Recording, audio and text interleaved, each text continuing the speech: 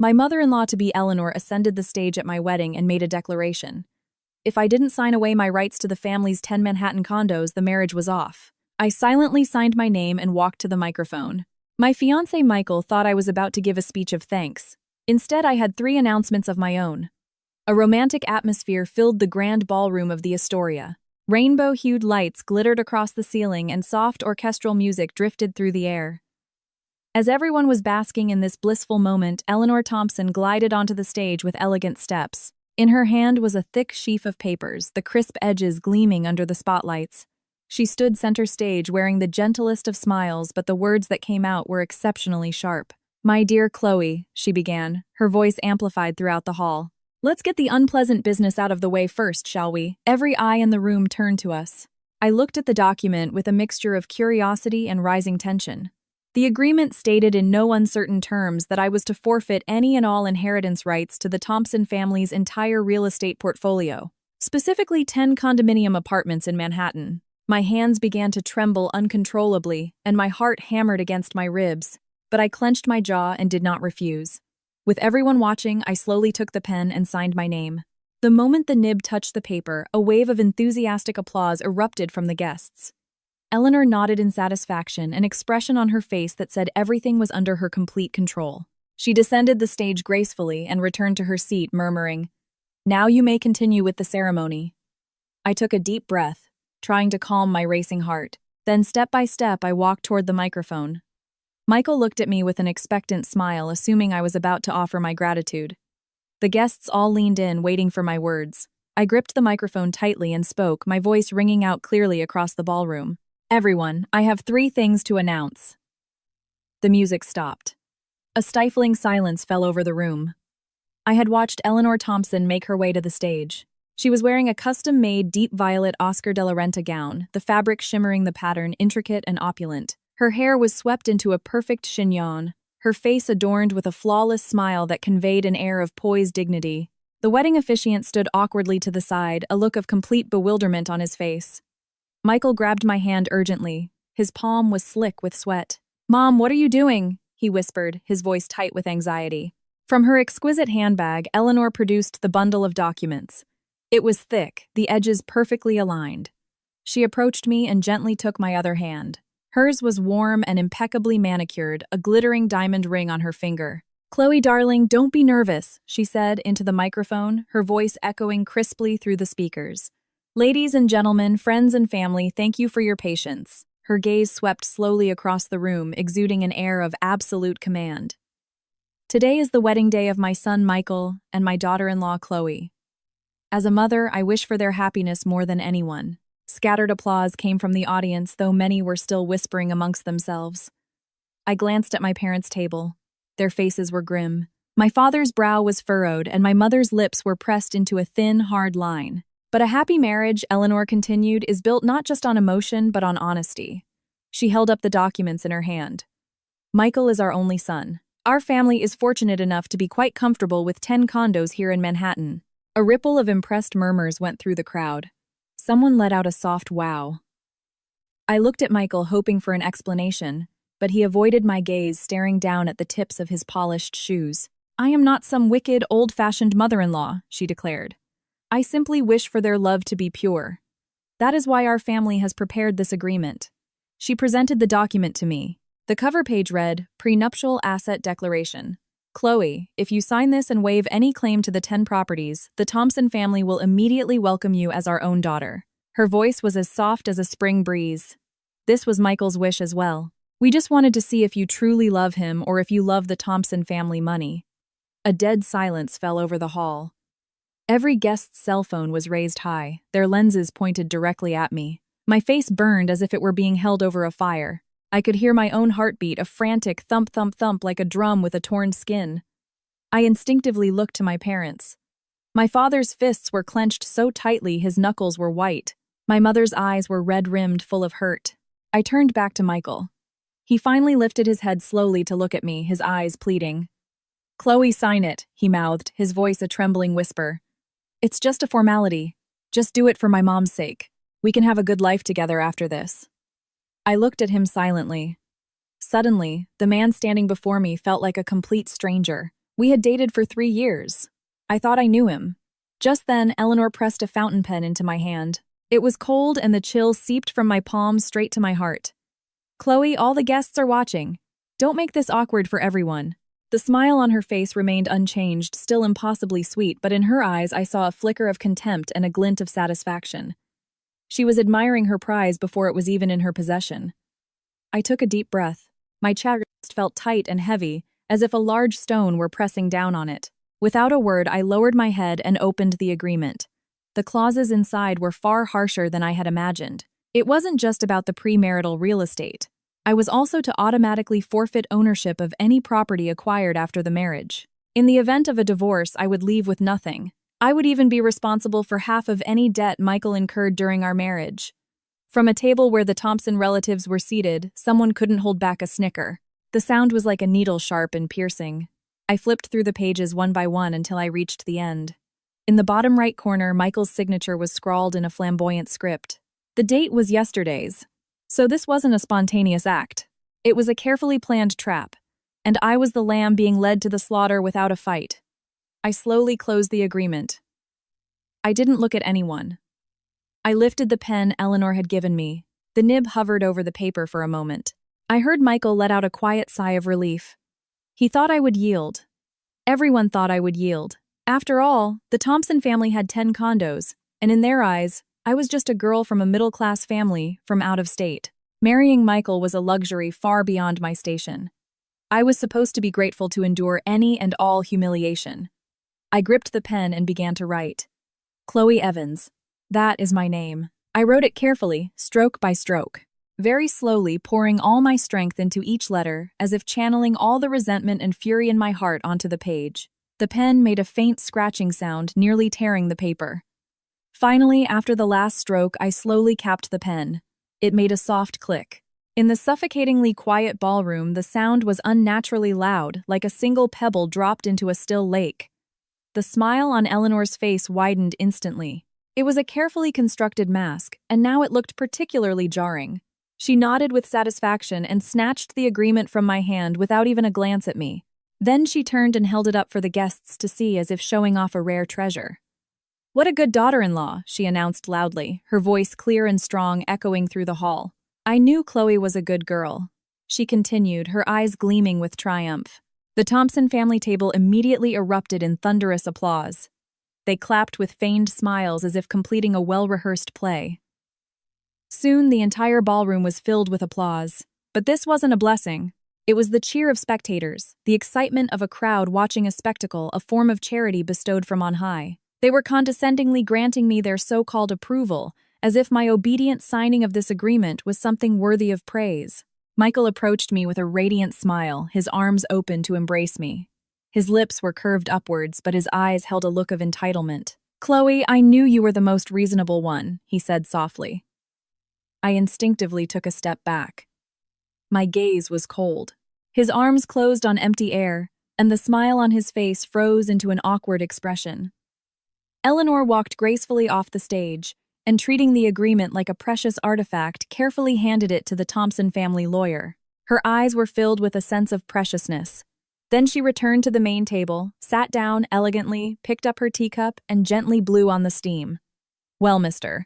Efficient, please continue, she said nonchalantly, her tone carrying an unchallengeable authority as if the entire ordeal had been nothing more than a trivial interlude. The officiant, after a few seconds of stunned silence, snapped back to reality with a flustered look. Yes, yes. Let's once again congratulate the happy couple, he said, trying to restore the atmosphere, but his voice trembled slightly. But I didn't move. I stood my ground firm and unyielding. I didn't return to Michael's side. Instead, I turned and walked toward the other lectern on the stage. There was another microphone there, as if waiting for me to pour out the words in my heart. Michael rushed over and grabbed my arm, his grip surprisingly strong, his fingers digging into my skin. Chloe, what are you doing? He demanded, his brow furrowed, his eyes filled with suspicion and displeasure. Stop playing around. The ceremony isn't over. His tone was forceful, demanding my obedience. I wrenched my arm free from his grasp. The movement was sharp and decisive. He hadn't expected my strength and stumbled, nearly falling over. Every eye in the hall was on me again.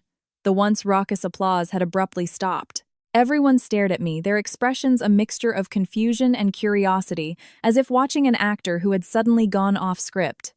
I slowly picked up the microphone. It felt heavy in my hand, and the cold touch of the metal helped clear my head. I tested it. My voice came through the speakers unwavering, clear, and stable. It was a declaration of my resolve. Michael's face changed color.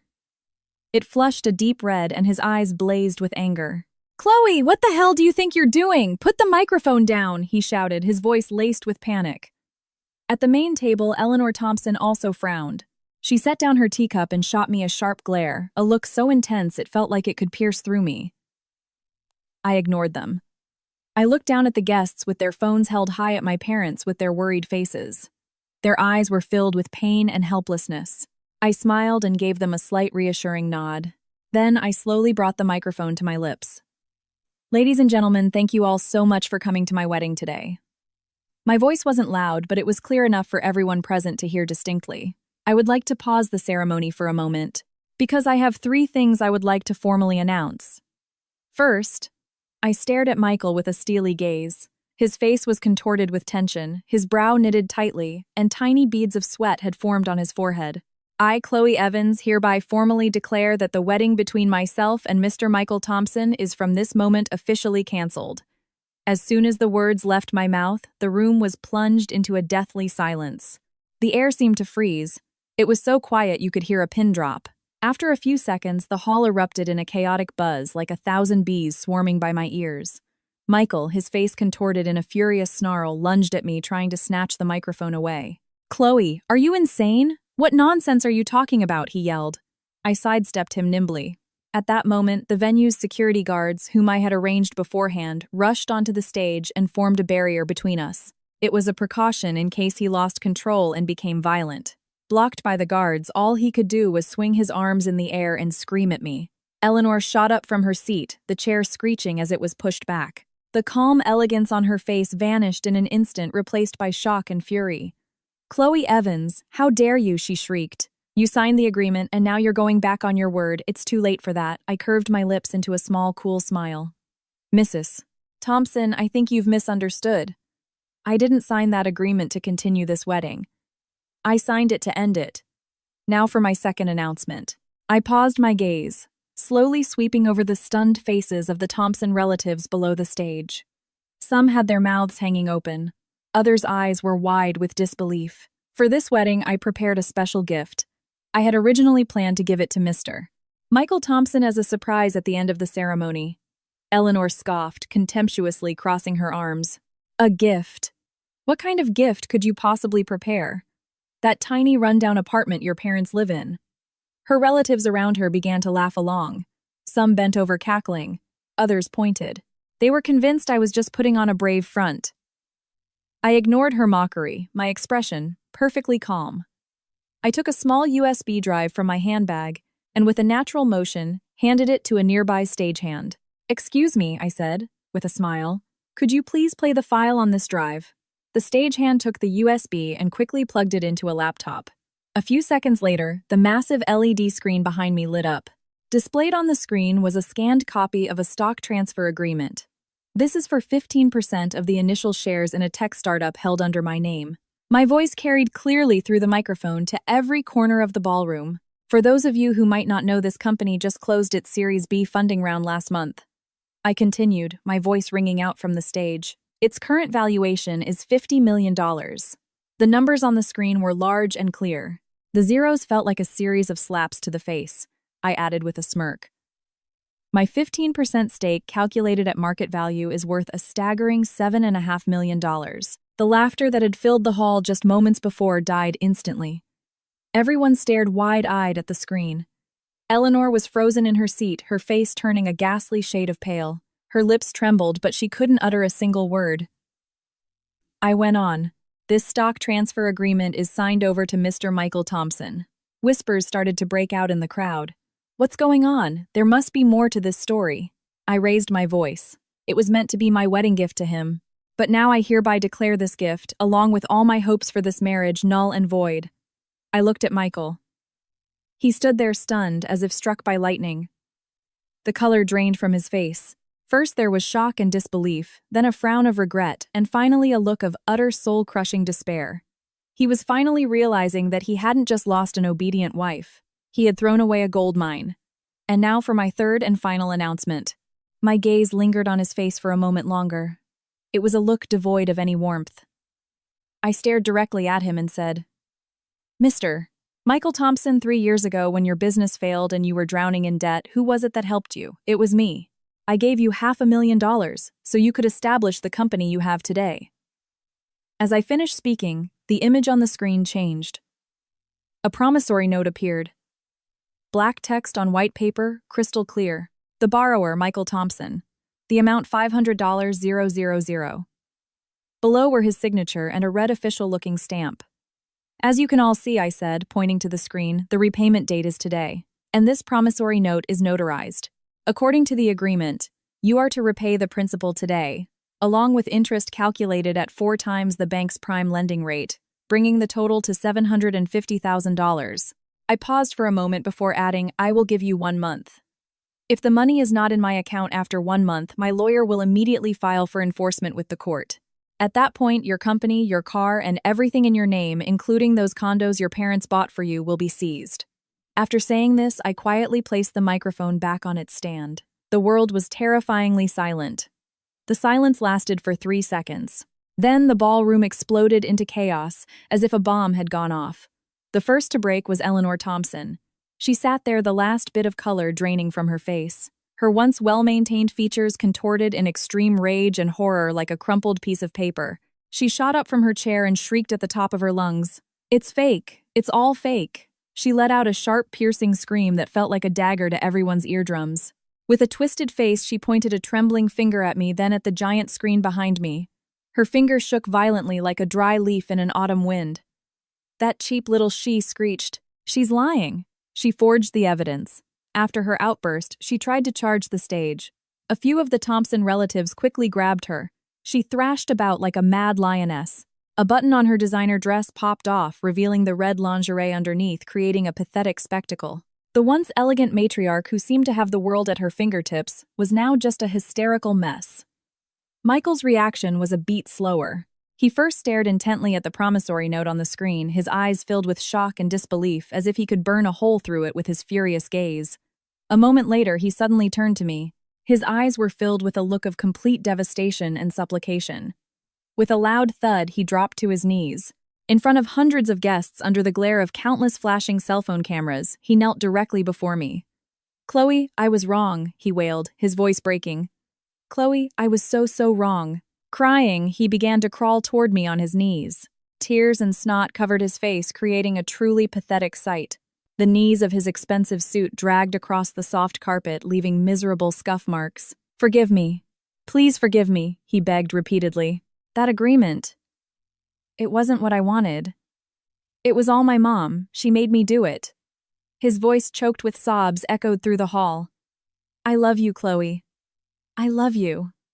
I looked at him coldly, my expression unchanging. In that moment, I felt no hatred, no thrill of revenge, only a deep, bone-chilling disgust. This was the man I had loved for 3 years, the man I was once willing to entrust my entire life to. Weak, hypocritical, and utterly devoid of responsibility. For 10 condos, he had pushed me into a pit of humiliation without a second thought. For $7.5 million, he dropped to his knees and begged without hesitation. The love he spoke of, the pride he held so dear, was worthless in the face of money. The guests below were now in a complete frenzy. They were no longer whispering but discussing loudly, afraid to miss a single detail. "My God, what a twist! This is the best reality TV I've ever seen," someone exclaimed.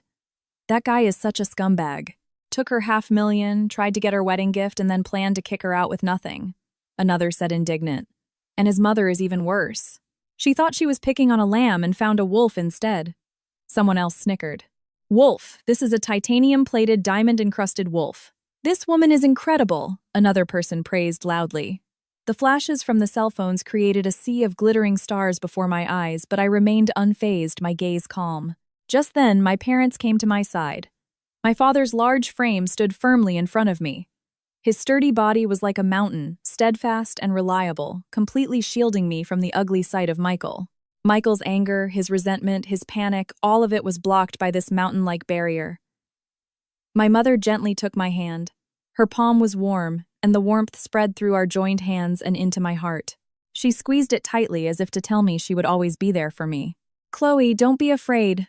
Mom and Dad are here," she whispered in my ear. I could hear a slight tremor in her voice, but what was stronger was her love for me and her unwavering protection. I squeezed her hand back and gave her a bright smile. Of course I'm not afraid.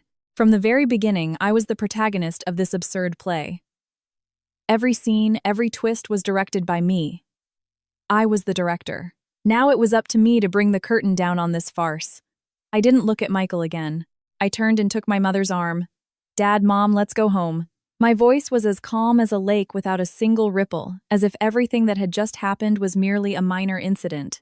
Seeing that I was about to leave, Michael went berserk. His eyes widened and the muscles in his face twitched with fury. He screamed and tried to break free from the security guards. "Chloe, you can't go!" His voice was sharp and piercing. "You have to explain yourself. You can't just leave like this," he shrieked. The security guards were professionals I had hired. 2 of them held his arms like iron clamps, making it impossible for him to move no matter how much he struggled. Eleanor's wailing continued, growing louder and more shrill. The sound cut through the quiet air of the ballroom like a sharp blade. Her sobs were now mixed with vicious curses. "You jinx! You ruined my son!" she screamed, her face contorted with hate. "I'm not done with you!" she shrieked, trying to lunge toward me again. The Thompson family relatives were in chaos. Some were trying to hold back Eleanor and Michael, attempting to calm them down. "Please stop this. What a spectacle," one relative pleaded. Others were blaming me, their faces filled with resentment and anger. "How could you do this? This is too cruel," another relative shouted angrily. Some, wanting no part in this mess, were already trying to slip away quietly. "Let's get out of here." "Let's not get involved," one relative whispered, to the person next to them.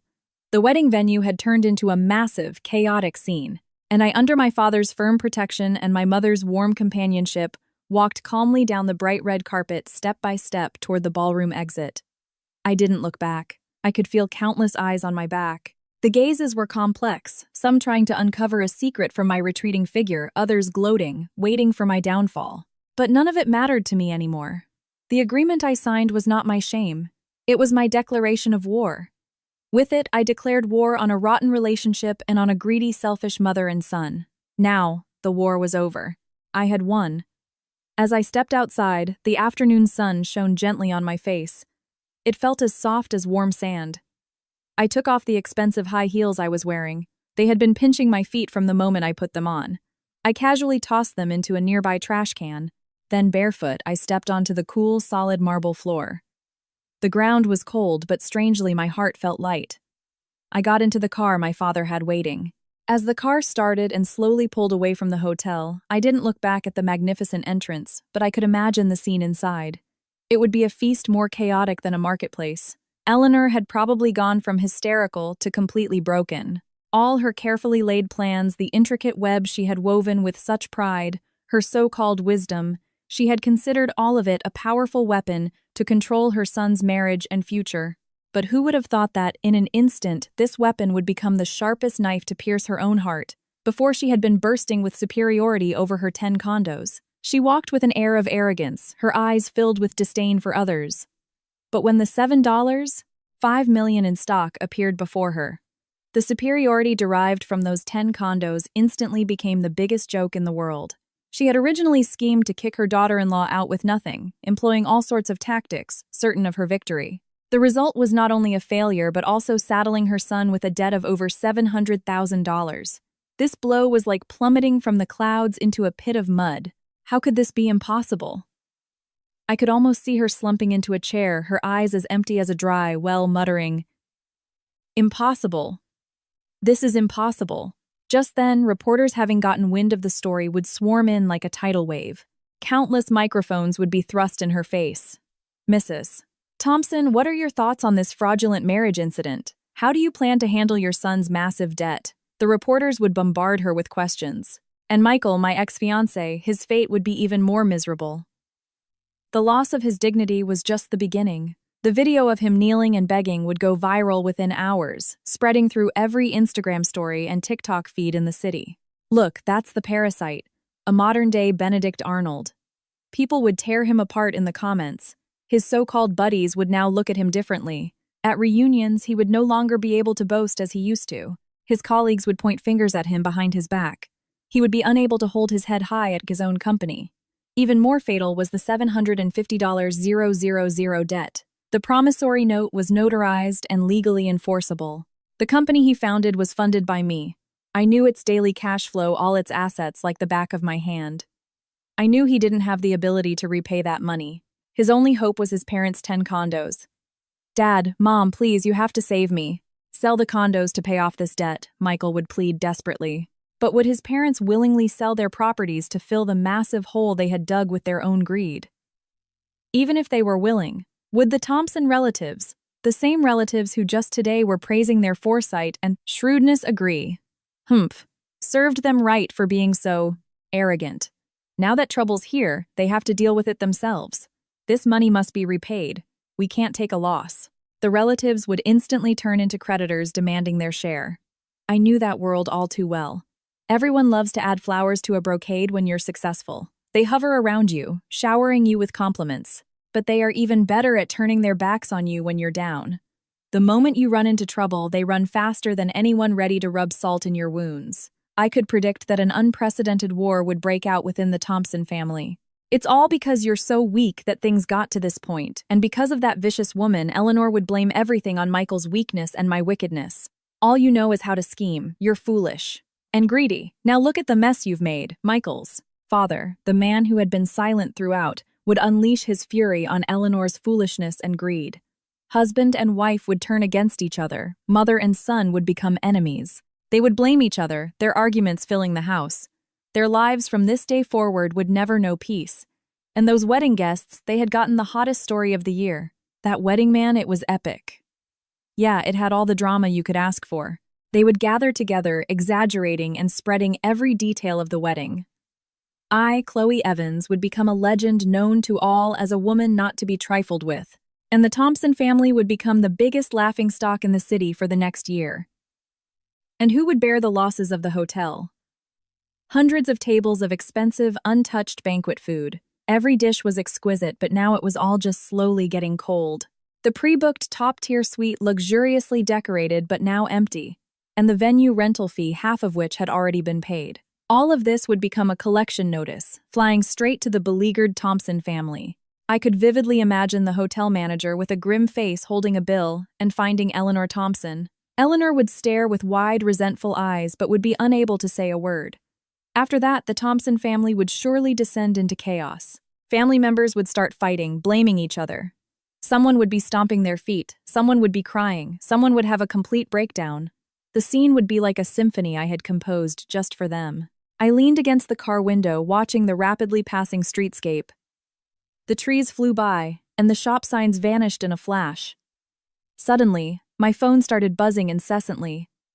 Without looking, I knew it was Michael. He would undoubtedly be blowing up my phone, sending hundreds of messages.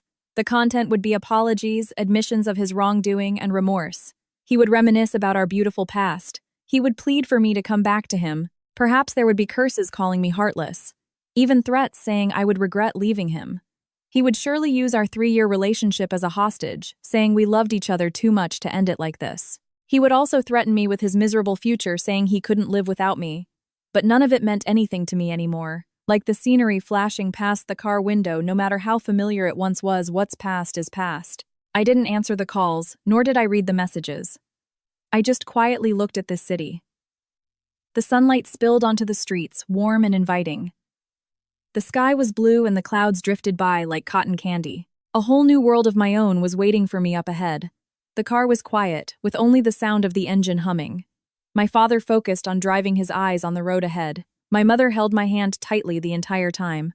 Her hand was a little cold. After a long while, my mother finally spoke, her voice thick with emotion. "Chloe, you silly girl, why didn't you tell us about this beforehand?" She was referring to the $7.5 million in stock and the $500,000 loan.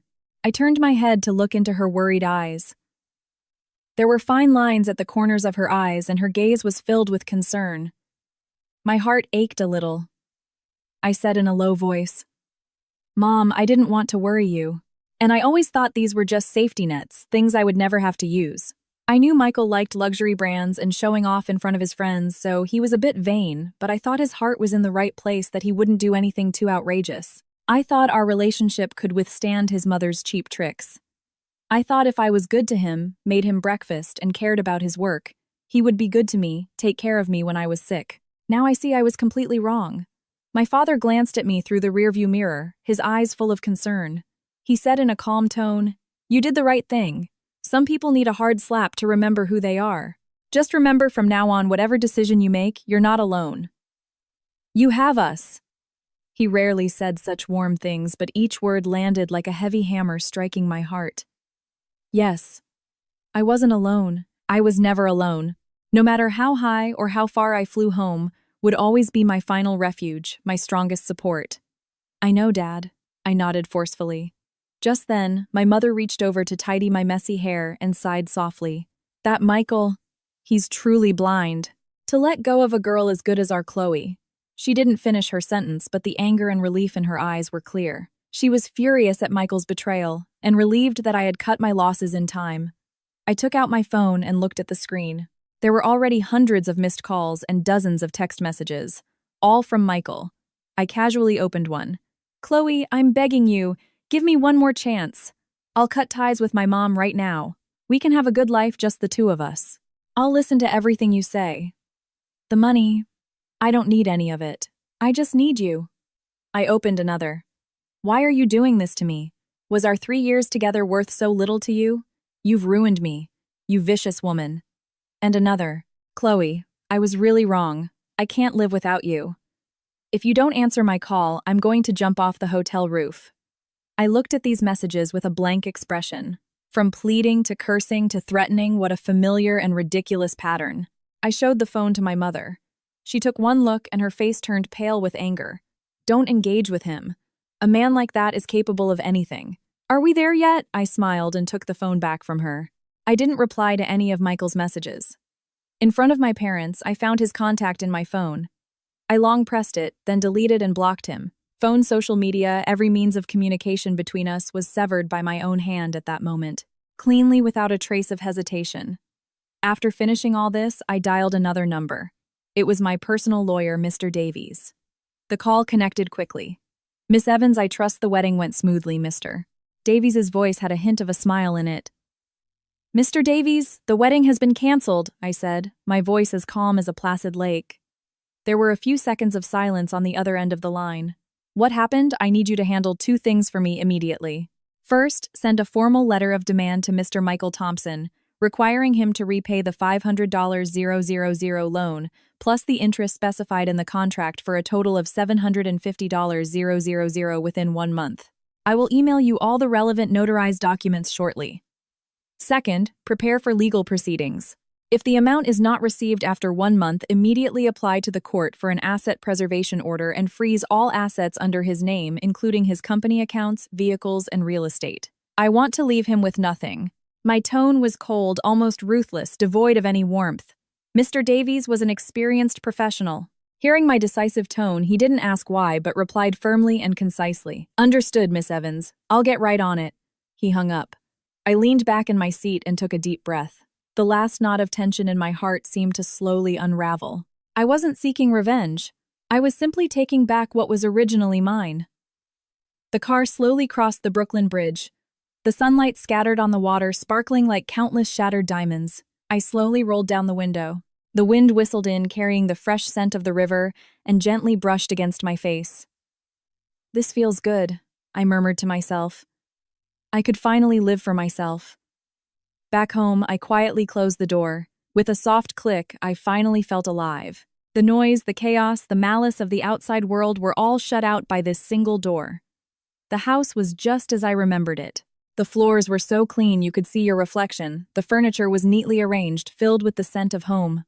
My mother heard me and hurried out of the kitchen, still holding a dish towel. Her eyes lit up when she saw me. She rushed to find my old slippers and placed a glass of warm water in my hands. "Here, drink some water and calm down," she said softly. "Dinner will be ready soon. I made your favorite lasagna." Her voice was gentle and cautious, as if I were a delicate piece of porcelain that might break at the slightest touch. My father came out of his room, silently took my suitcase to the entrance, then sat on the sofa and turned on the TV, but kept the volume very low. He would occasionally glance at me, his eyes filled with concern. I held the glass, feeling the warmth spread from my palms. The warmth slowly seeped into my heart. "Dad, Mom, I'm okay," I said, my voice calmer than I expected. I wasn't pretending to be okay. I really was. Once I was out of that toxic environment, my mind and body were quickly returning to normal. That farcical wedding, thinking back on it now, was like a ridiculous movie, and I was just a member of the audience who had left early. My mother's eyes reddened and she nodded vigorously. "As long as you're okay, that's all that matters. That family. From now on, they have nothing to do with us." My father also spoke, his face stern. "If they dare to bother you again, I won't let them get away with it." I looked at them and my heart warmed. I suddenly felt like laughing. The $500,000 loan, the $7.5 million in stock, I had never told them about any of it. Not because I didn't trust them, but because I didn't want them to think my marriage was entangled in such complex financial calculations. I wanted them to see me marrying for love. But reality had slapped me in the face. Thankfully, that slap had completely woken me up. Just then, my phone buzzed. It was an unknown number. When I answered, I heard the excited, hushed voice of a girl on the other end. "Chloe Evans, right? It's Jessica Miller from college. I was at the wedding today." I was sitting pretty far back, but oh my God, you were absolutely amazing today. I was stunned for a moment before I remembered the name. Today was so satisfying. The video is going viral in our alumni group chat right now. Jessica's voice was like a machine gun, rapid fire with excitement. "Everyone is calling you the goddess of revenge." Michael Thompson and his mom totally had it coming. When I was leaving, I saw his mom had fainted and they even called an ambulance. And their relatives were fighting with the hotel staff over the reception bill. It was a total disaster. Jessica recounted the entire follow-up situation to me. "Chloe, you did the right thing. You can't go easy on scumbags and a monster-in-law like that. All of us are cheering for you." After hanging up, I felt no great ripples in my heart.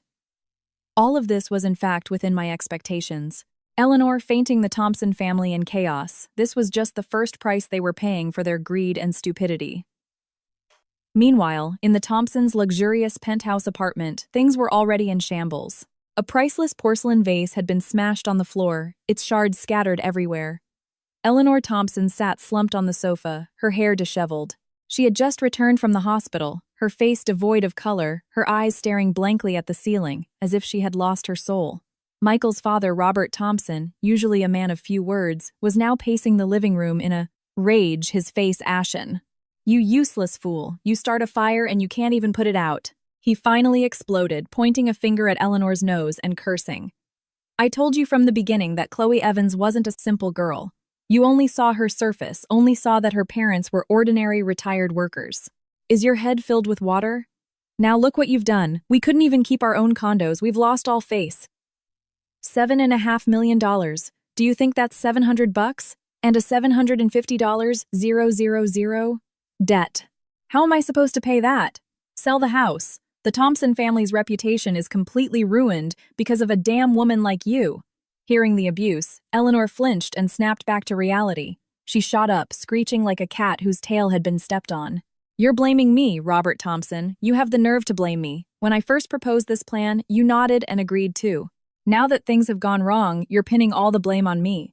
It's your son who's incompetent, who couldn't even hold on to a woman. How is it my fault that things have come to this?" Michael had been sitting in a corner like a wooden statue. Hearing this, he snapped his head up. His eyes were bloodshot, filled with fury. "Mom, you still think this is my fault? If you hadn't caused such a scene at the wedding, would we be in this mess? It's all your fault. You ruined everything for me." The family instantly turned on each other, tearing each other apart like rabid animals. Just then, the doorbell rang. The housekeeper, like a frightened little bird, went to open the door. A young man in a courier's uniform stood there holding a document. "A delivery for Mr. Michael Thompson. It's a certified letter. I need a signature." The courier stood at the door, polite yet robotic. The word certified letter struck the hearts of the 3 Thompson family members like a heavy hammer. Michael's hand trembled. He slowly reached out his hand, feeling as if it weighed 1,000 pounds. He barely managed to take the envelope. His eyes were filled with terror and panic, and his lips trembled uncontrollably. He sat on the sofa, his shaking hands tearing open the document. Black text on white paper. The wording was meticulous and severe. Every sentence was like a cold blade cutting into his heart. Loan principal $500,000. Interest $250,000. Total $750,000. Failure to pay within 1 month will result in legal proceedings and an application to the court for compulsory enforcement. When Michael saw the words compulsory enforcement, his vision went black and his head spun. He could no longer support himself and collapsed onto the sofa. His face turned deathly pale in an instant, and beads of sweat formed on his forehead. He muttered, "It's over. It's over." Eleanor rushed over and snatched the document. She took one look, and her eyes widened in an instant. Then, she let out a blood-curdling scream so sharp it could pierce a person's eardrums. Her eyes rolled back, and her body went limp, collapsing to the floor. This time, she had truly fainted. Michael held the paper, his hands shaking like a leaf in the wind. The paper rustled in his hand. His body trembled along with it, his teeth chattering. He knew Chloe Evans wasn't joking. His world had come crashing down. When Eleanor woke up again, she was lying in her bedroom. The maid had just left, and the faint smell of medication still lingered in the air. She slowly opened her eyes. She expected to see the worried faces of Robert and Michael, but what met her eyes were two faces filled with disgust and annoyance. Robert's brow was furrowed, his eyes full of contempt. Michael had turned his head away, not even wanting to look at her. Her heart sank to the bottom. But then an even stronger sense of hatred surged through her. She bit her lip so hard that it bled. I can't let it end like this. Her lifetime of cleverness and pride couldn't be destroyed by a single young girl. She shot up from the bed. Her hair was a mess, and a crazed glint appeared in her eyes. I won't lose. That little tramp set us up. Yes, that must be it, she said nonsensically, as if grasping at straws. That $500,000, she gave it to Michael willingly. It was a gift, not a loan, and that stock, it must be fake just to scare us. She's determined to ruin our Thompson family. The more she spoke, the more agitated she became, her face flushing red. Robert looked at her coldly, his eyes filled with disappointment as if looking at a stranger. You're insane. That promissory note is notarized, and the stock transfer agreement was witnessed by a top law firm.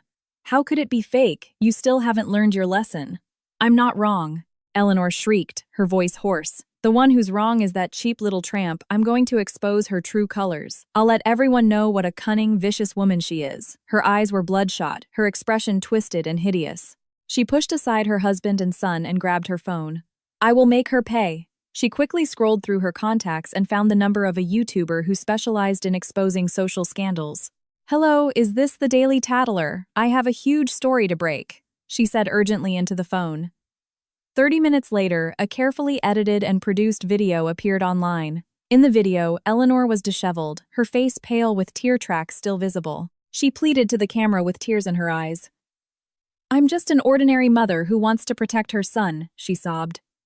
That girl had ulterior motives. From the very beginning when she approached my son, it was all planned. She pretended to be from an ordinary family to gain our trust. What happened at the wedding was our fault, but we were just trying to test her. Who knew she would turn on us on the spot and threaten us with forged evidence? Now she's suing us. This is driving our family to ruin. She portrayed herself as a tragic mother who doted on her son but was tricked by a wicked daughter-in-law. Her words were earnest, her tears came on cue. The video quickly spread on some platforms that didn't know the truth. Instantly, a different narrative began to emerge in the public opinion. This mom is pitiful too. Maybe she's just a bit of a control freak. Could it be that the woman really planned all this? Otherwise, how could she have been so prepared? The world of the rich is complicated. I guess neither side is a good person. Countless malicious comments and speculations flooded my social media like a tidal wave. My assistant Maria held a tablet, her face red with anger. Miss Evans, look at this. This old woman from the Thompson family is shameless. She's twisting the truth and playing the victim. I was at that moment seriously reviewing a project investment return analysis report. Hearing Maria's words, I casually lifted my eyes. My office was on the top floor of the Sterling Tower on Park Avenue with a panoramic view.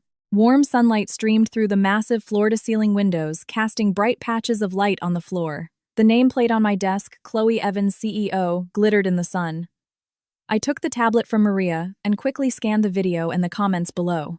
Eleanor's performance in the video was Oscar-worthy, but unfortunately, she had picked the wrong opponent and the wrong method. In the face of absolute strength and irrefutable evidence, her emotional manipulation was nothing more than a clown's clumsy act. "She's digging her own grave," I said, handing the tablet back to Maria, my tone perfectly calm. "Have Mr. Davies prepare a second letter of demand. Sue Eleanor Thompson for defamation and spreading false information on behalf of both myself personally and the company. Demand a public apology and $2 million in damages for reputational harm. Tell Mr. Davies I want this lawsuit to be a national affair." Maria stared at me, her eyes wide. "But Miss Evans, that will put us at the center of public attention too." I smiled slightly and stood up, walking slowly to the floor-to-ceiling window. I looked down at the bustling city below and said, "If she wants to muddy the waters, I'll make the water crystal clear. If she wants to fight a PR war, I'll show her just how terrifying the power of the law is. Besides, our company's next product is about to launch. We can think of this as free national publicity." I stood before everyone, my gaze firm and commanding, and said word by word, "I will show everyone just how miserable the end is for those who try to challenge rules and facts with lies." Public opinion. Maria looked at me with a puzzled expression and asked cautiously, "Miss Evans, are you trying to fight with her?" I shook my head slightly and said, "Seriously, I'm not fighting. I'm giving her and everyone like her a public lesson." Maria tilted her head, curious. "What kind of public lesson, Miss Evans?" I looked at her with a deep gaze and slowly said, "A public lesson on what consequences are." Hearing this, a spark of admiration lit up in Maria's eyes. She nodded vigorously and said loudly, "Understood, Miss Evans. I'll handle it right away." Watching my energetic assistant's retreating figure, I turned back to my desk. I picked up my coffee and took a light sip. The rich aroma of coffee filled my mouth. I looked out the window. The sky was clear, with white clouds drifting lazily by. I curved my lips into a slight smile. The game has only just begun. Over the next few days, public opinion on the internet reversed dramatically, just as I had expected. Mr. Davies' actions were incredibly swift.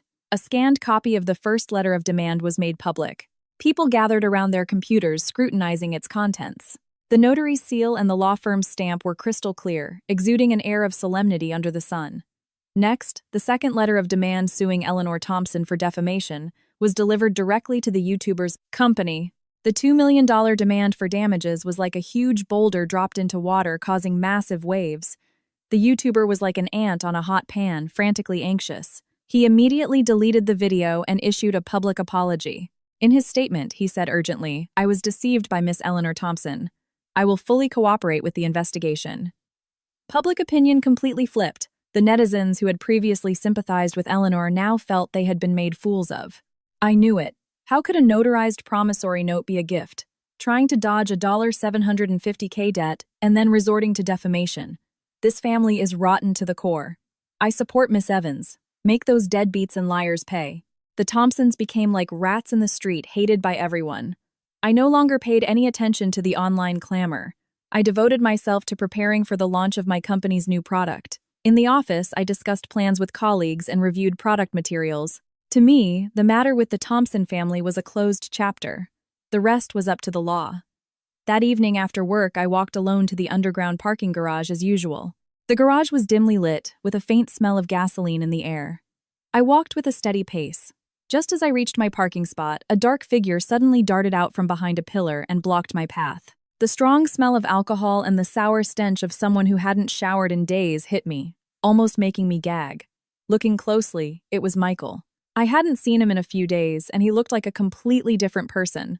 Stubble covered his chin, and his hair was greasy and stuck to his forehead. The designer suit he once wore was now a wrinkled mess with stains on the cuffs. His eyes were bloodshot, and his gaze was filled with a crazed light. He stared at me intently. "Chloe," he said, his voice horribly hoarse. I instinctively took a step back, pointing the sharp end of my car key at him. I said coldly, "Mr. Thompson, we are nothing to each other now." Nothing to each other. A miserable smile appeared on his face. "You ruin everything I have, and now you say we're nothing to each other. My mom is in the hospital because of you. My dad is filing for divorce. My family is completely destroyed. The company's shareholders are pulling their investments. Clients are canceling contracts. The bank is demanding loan repayments. Everyone looks at me like I'm a bug. I have nothing left. Are you happy, Chloe? Are you satisfied now?"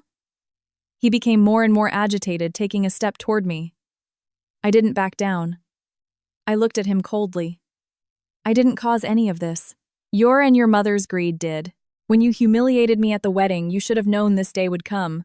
Greedy, I'm greedy. He looked as if he had heard the funniest joke in the world, his eyes widening. Can you say you're not cunning? You planned everything from the beginning, didn't you?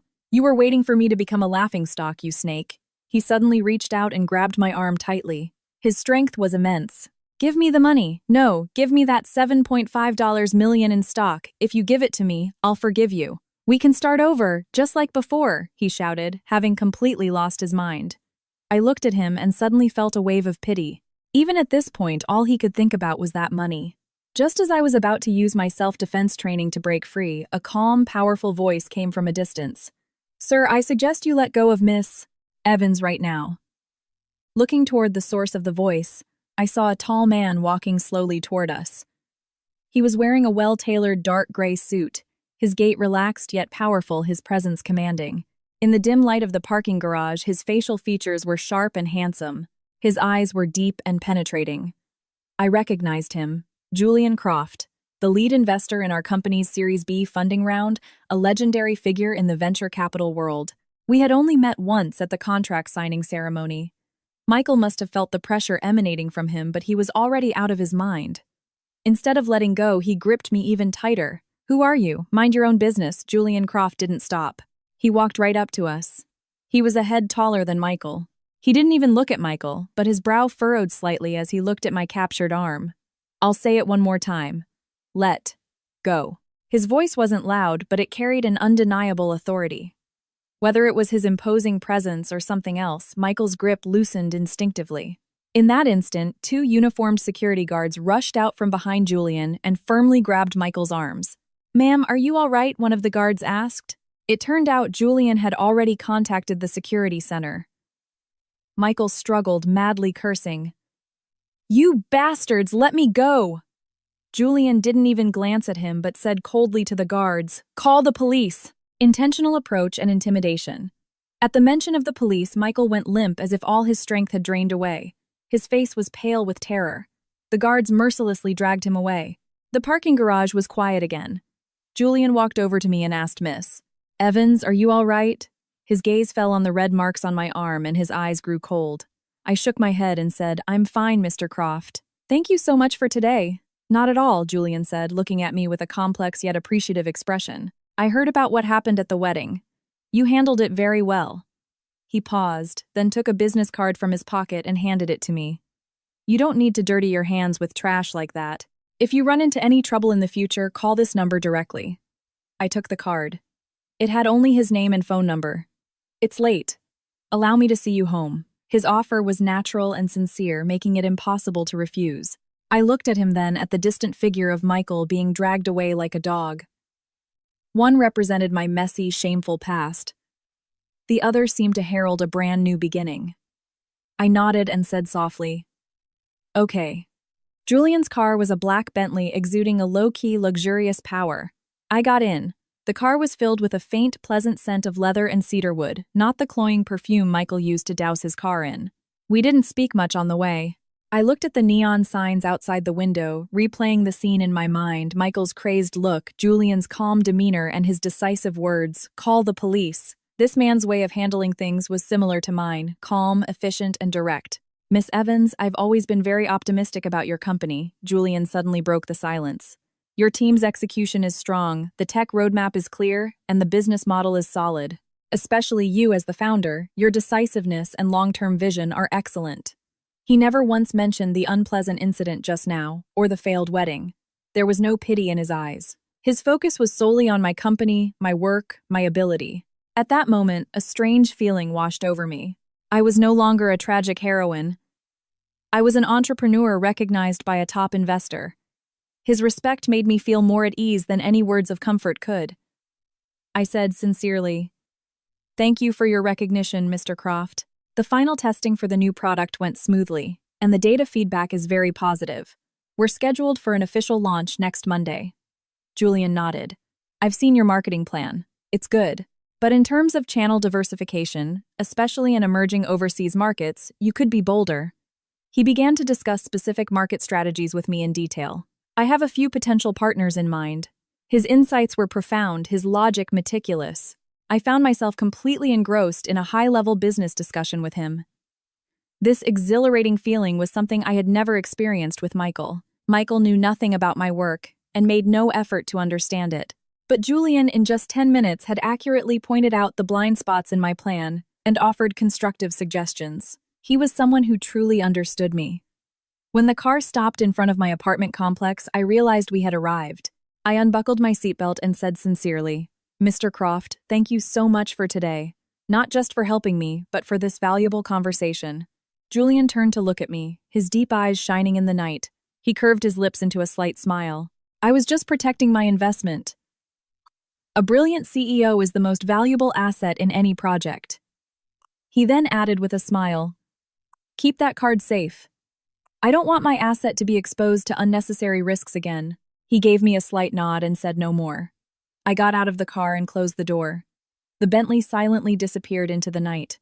I stood there clutching the high-quality business card. The name Julian Croft on it seemed to carry a warm weight. I suddenly realized that when I had forcefully shut the old decaying door infested with termites, another door leading to a new world was slowly opening before me. And behind that door stood a man who was my equal, or perhaps even stronger. Michael was released from the police station at dawn. He staggered out the faint light of the street lamps, illuminating his lonely figure. He hadn't faced any real punishment, but the experience of being dragged away by security and interrogated by the police had completely crushed his last shred of dignity. He returned home in a daze. The moment he opened the door, he was met with his father Robert's furious roar. "You still have the face to come back." Before he could react, his father slapped him across the face. Half his face swelled up instantly, and blood trickled from the corner of his mouth. Robert was trembling with rage. "You useless piece of trash." As if embarrassing. "Our family wasn't enough. Do you know who called me tonight? The legal team from Orion Capital. They warned me to keep you away from Chloe Evans." Orion Capital. Which Orion Capital? Michael's mind went blank. Robert was so angry at the son's pathetic state that he yelled, "Which Orion Capital? Could it be Julian Croft's Orion Capital, the one that dominates the venture capital industry?" The name Julian Croft struck Michael's mind like a bolt of lightning. He looked up, stunned. The man who helped Chloe at the wedding.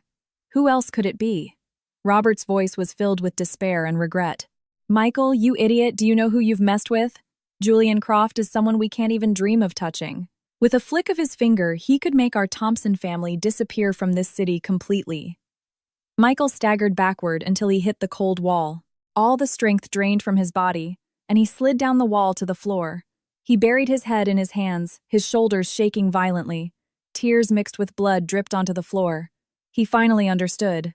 Chloe Evans was never the easy target he and his mother had imagined. She had $7.5 million in stock, the ability to earn the respect of someone like Julian Croft, and enough power and backing to play him and the Thompson family in the palm of her hand. Their meticulously planned trap was a joke from the very beginning. The 10 condos they were so proud of were insignificant in the face of Chloe's true strength. "I was wrong. I was so wrong," he muttered incoherently. But it was too late for regrets. Just then, the bedroom door opened, and Eleanor, wearing a hospital gown and looking deathly pale, walked out. She had just snuck out of the hospital. She had heard the entire argument in the living room, and when she heard the name Julian Croft, her body froze and the last bit of color drained from her face. She had thought she was the master of this family, that she could calculate everything, but in the end, she had calculated herself and her entire family into a dead end. "Chloe." "No, Miss Evans." Eleanor's voice trembled. She walked to the center of the living room, looked at her cowering son and her despairing husband, and suddenly dropped to her knees. "I was wrong. It was all my fault. I must have been possessed. I was greedy. I ruined this family. I ruined Michael. Please tell Miss Evans, tell Mr. Croft, to give us another chance." She kowtowed, banging her head on the floor as she cried. Her forehead swelled and bled, but she didn't seem to notice, just kept begging. The once elegant matriarch was gone, replaced by a pathetic, hysterical wreck. Robert looked at his wife and son and fell into despair. He slowly sank to the floor, buried his head in his hands, and let out a helpless sigh. He knew the Thompson family was truly finished. A few days later, a court summons was formally delivered to the Thompson residence. Chloe's lawyer, as promised, had applied to the court for an asset preservation order, and the Thompsons' properties, Michael's company accounts, and vehicles were all legally frozen.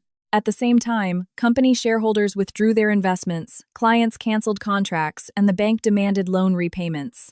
Robert had no choice but to divorce Eleanor and divide their remaining assets, but it was a drop in the bucket against their massive debts.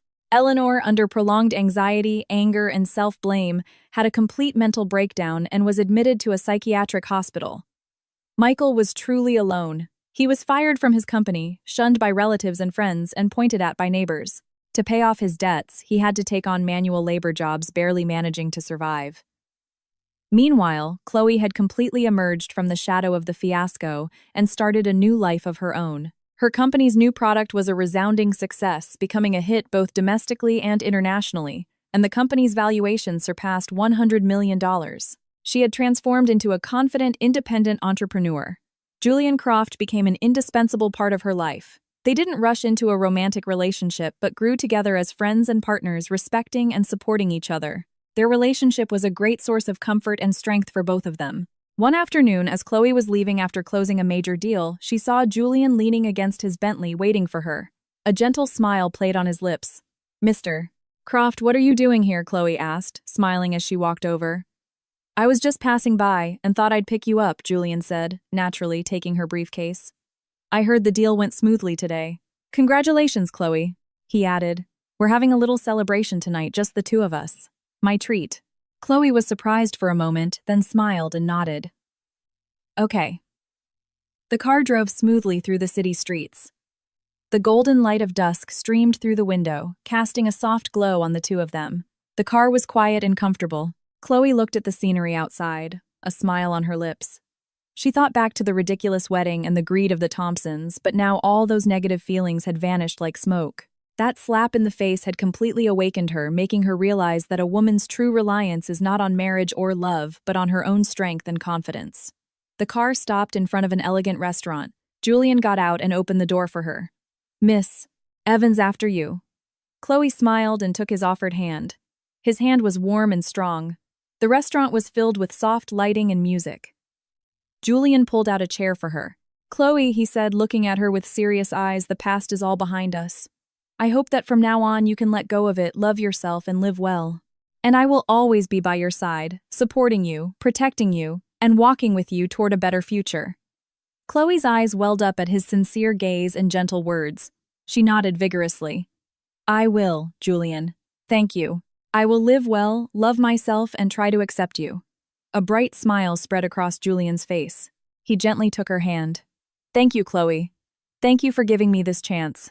I won't disappoint you." The evening sun cast a golden glow over them, stretching their shadows long. Outside the window, the city lights glittered, and inside, two souls who understood each other held hands, walking toward a future filled with hope and happiness. No one cared about the fate of the Thompson family anymore. They had paid the price for their greed and calculations, becoming the most insignificant laughingstock in the city, eventually disappearing into the vast sea of people without a trace. Everything had returned to its rightful place. Chloe had finally broken free from the shackles of the past, shining brilliantly in her own world. And those who had hurt her were ultimately trapped in the nightmare of their own making for the rest of their lives. That's just how life is. Sometimes a sudden storm is not a disaster, but a chance for rebirth. It makes you see through the hearts of people, recognize yourself, and become stronger and braver. It makes you realize that only by being strong yourself can you overcome anything, and only by moving toward the sun can you live a life without regret.